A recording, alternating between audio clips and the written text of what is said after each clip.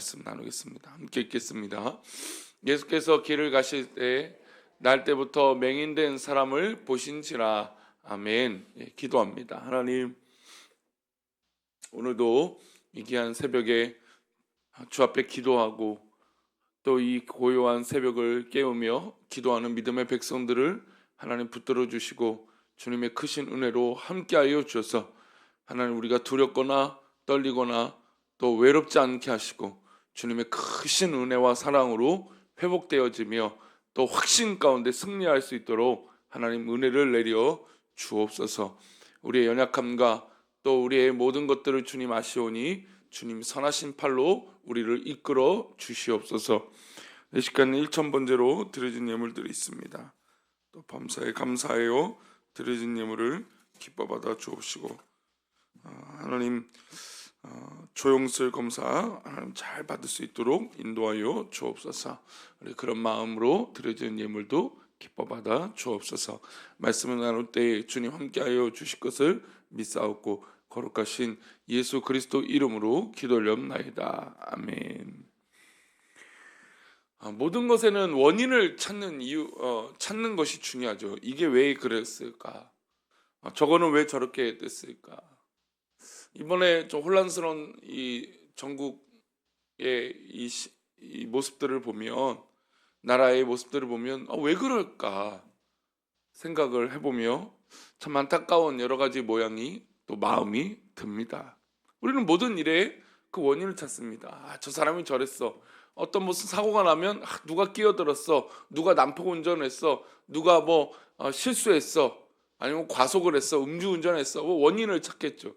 모든 경찰들도 하는 것은 그 사고의 원인을 찾는 것입니다. 즉 팩트를 찾는 것이죠. 답을 찾는 것은 그 시도는 참 좋은 거예요. 그래서 그 답을 잘 찾아서 내가 뭔가 잘못이 있다면 그 잘못된 것을 수정하고 또 고쳐서 또 잘 행동하는 것은 굉장히 중요한 것이겠죠. 근데 문제는 엉뚱한 답을 찾는 게 문제예요.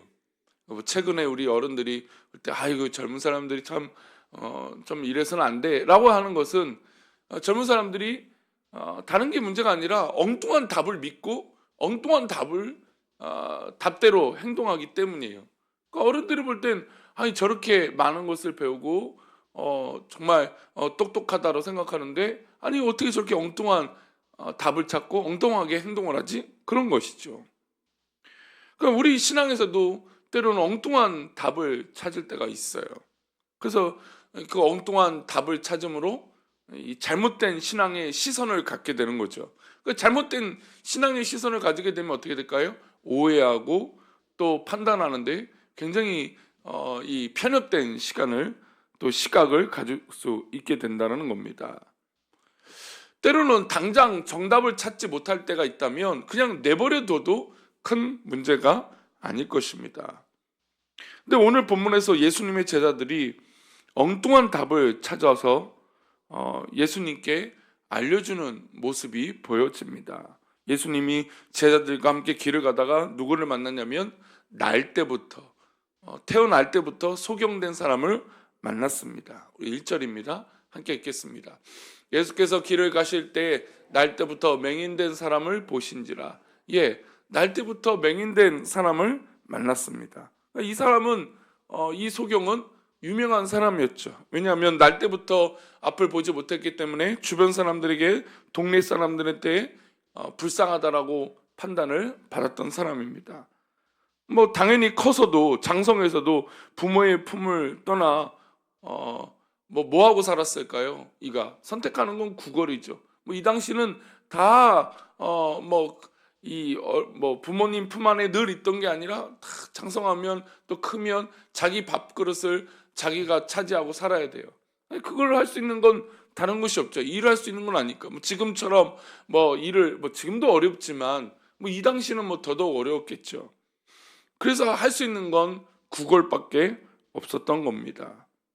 제자들이 주님과 함께 길을 가다가 그 사람을 만나자 한 가지 이 질문이 생각이 났습니다. 그 질문이 뭐냐면 이 사람이 날 때부터 맹인된 것은 누구의 죄 때문입니까? 라고 하는 질문이었어요. 그럼 모든 사람들이 사실 궁금했던 거죠. 왜 이 사람은 태어날 때부터 앞을 보지 못했을까? 2절을 한번 볼까요? 제자들이 이렇게 묻습니다. 제자들이 물어 이르되 라삐어 이 사람이 맹인으로 난 것이 누구의 죄로 인함이니까 자기니까 그의 부모니까.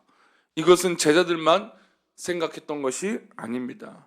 당시에 소경을 아는 사람들이 공통적으로 가지고 있던, 또 태어날 때부터 장애를 갖고 어려움이 있는 사람들에게 갖고 있던 생각이었습니다. 그런데 이 생각의 답은 이 사람의 죄 때문이거나 아니면 부모의 죄 때문에 이렇게 된 것이라고 생각했던 것입니다. 부모의 죄든 이 사람의 죄든 이것 때문에 이 사람이 불행하게 됐다라는 것이죠. 그러니까 다시 말하면 불행하게 된 이유는 모든 것이 무엇 때문에 일어났다고 생각하는 걸까요? 죄 때문에 일어난 것이라고 생각한 것이죠.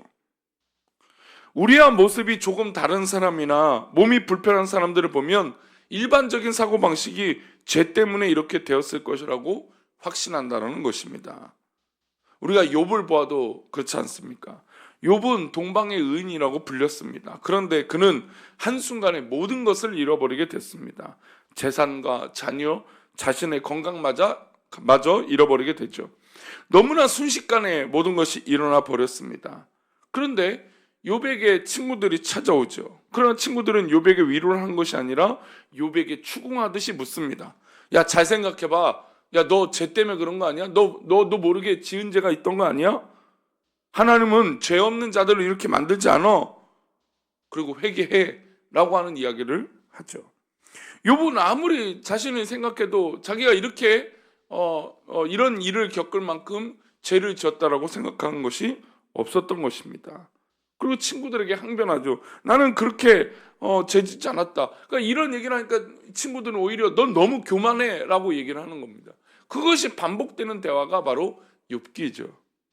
그런데 우리는 욥도 모르고 욥의 친구들도 몰랐던 사실을 잘 알고 있습니다. 하늘에서 하나님께서 누구랑 대화를 하셨습니까? 마귀와 사탄과 대화를 하셨죠. 하나님이 이 사탄에게 자랑을 하셨어요. 이 동방의 이 욥이 진짜 내 마음에 합하고 정말 흠이 없는 사람이다. 정말 순결하고 선한 사람이다. 근데 그때 사탄이 이렇게 말합니다. 하나님, 이 욥이 이렇게 하나님을 잘 섬기는 것은 그가 재산이 많고 부유하기 때문입니다. 하나님께서 많은 복을 주셨기 때문입니다. 한번 그 복을 빼앗아 보십시오. 그러면 하나님을 원망하게 될 것입니다. 하나님은 사탄에게 그의 생명만은 손대지 말고 모든 것을 허락하셨습니다. 그러자 사탄은 그때부터 시작해서 욥이 가진 모든 것을 다 빼앗아 버립니다. 죄 때문이 아니라도 이런 불행한 일들이 일어날 수 있습니까? 없습니까? 일어날 수 있는 것이죠. 우리는 다윗의 고난을 잘 알고 있습니다. 다윗은 십수년 동안 사울의 손을 피해서 광야에서 살게 됩니다. 그러면 다윗도 죄를 졌기 때문에 이 불행한 이 광야의 삶을 살게 되는 걸까요? 그렇지 않은 것이죠. 이런 사고방식의 위험한 또 한 가지는 바로 기복신앙 때문에 그런 거예요. 그러니까 복을 받으면 하나님께서 나를 칭찬하신 것이고 또 불행한 일이 있으면 하나님께서 나에게 복을 내려주시지 않는다라는 것이죠. 부자로 살면 부자가 늘 이한 얘기를 할 때 부자가 되어서 나쁜 것이 아니지만 부자가 됐기 때문에 하나님의 축복을 다 받았다고 생각하는 것은 문제라는 것이죠. 저 사람은 좋은 일을 많이 해서 부자가 되고 저 사람은 좋은 일을 하지 못해서 하나님 앞에 저런 불행을 겪게 된 것이다. 이게 바로 기복신앙이거든요. 하나님은 어떤 이유 때문에, 물론 우리가 정말 잘해서 하나님이 우리에게 축복을 주시는 경우도 있습니다. 그럼 무조건 모든 것이 그런 것은 아닌 것이죠. 가끔 이제 하나님께서 목회자들에게도 부어주신 은혜가 있어요. 근데 어떤 분들을 가끔 보면, 야, 저분은 정말 저렇게 하나님의 축복을 받아도 되나? 그런 분들이 있어요. 근데 어떤 분들은 정말 저렇게 열심히 사는데, 저렇게 순결하게 사는데 저렇게 어렵게 목회를 하고 또 사역을 하고 있을까? 그런 분들이 있어요. 그런 분들을 보면 정말 이 이야기처럼 하나님의 축복을 받는 게 그런 이유 때문일까요? 아니죠. 착각하면 안 돼요. 하나님께서 주신 이 터전과 사역들을 순결하고 정말 우리가 목회자로서는 큰 교회가 성공한 목회라고 한다면 오히려 그거에 따른 책임이 얼마나 더 크겠습니까? 물론 반대로 작은 교회라고 그렇지 않을까요? 또 그런 건 아니죠. 하나님이 부르시면은 하나님의 뜻이 있는 것이죠. 그런데 어느 순간부터 그 일들을 이루고 나면 내가 이래서 잘했다라고 그러면서 이 자서전을 쓰거나 자기를 돌아보며 어떤 그런 일들을 써내려가 보면 하나님의 영광과 하나님의 은혜는 뒷전이 되는 일들이 수도 없이 많아요. 그래서 사실은 이 목회의 어떤 그 세습이라고 하는 문제들, 대물림하는 문제들, 충분히 납득되는 부분도 있지만 정말 그래서는 안 된다라고 하는 부분도 분명히 있는 것이죠. 왜냐하면 하나님이 하실 일을 우리 인간이 좌지우지하기 때문이에요. 이렇게 제자들이 잘못 생각하고 있는 죄와 불행에 대한 공식을 주님은 이렇게 정리해 주셨어요. 3절을 보겠습니다. 함께 읽겠습니다. 대답하시되 이 사람이나 그 부모의 죄로 인한 것이 아니라 그에게서 하나님이 하시는 일을 나타내고자 하십니다. 예수님이 정답을 알려주신 겁니다. 누구의 죄 때문이 그런 게 아니라 결국 하나님께서 하나님이 하실 일을 드러내기 위하여 이렇게 하셨다는 겁니다. 예수님께서 이 맹인을 고쳐주셨습니다. 예수님이 그를 고쳐주셨기 때문에 그를 통해 하나님이 하신 일을 나타내신 것이죠. 예수님께서 이 사람을 고쳐주지 않아도 그의 존재 자체가 하나님의 영광을 위해 지음받았다는 사실을 예수님은 말씀하시고자 했던 것입니다. 우리가 어떤 결과로 인해서 일희일비하는 것이 아닌 것이 바로 우리가 모든 것을 하나님께 맡기는 것이죠. 우리 교회가 그 역사를 갖고 있지 않습니까? 제가 주일날 다른 교회 이야기를 들으면서 정말 그 모습을 보면 우리 교회 경험이 없다면 아마 우리도 불안하고 우리도 그랬잖아요. 우리도 우리 교회에 어려움이 있을 때 막 불안하고 염려가 돼요. 걱정이 되죠. 당연하죠.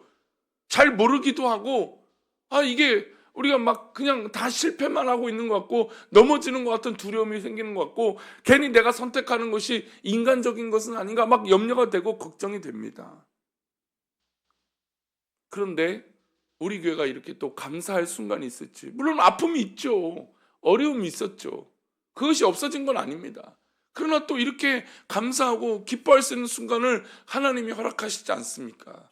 그러니 우리가 그때는 몰랐지만 그 어려움을 당하는 그 순간에는 몰랐지만 결국 하나님께서는 무슨 일을 드러내십니까?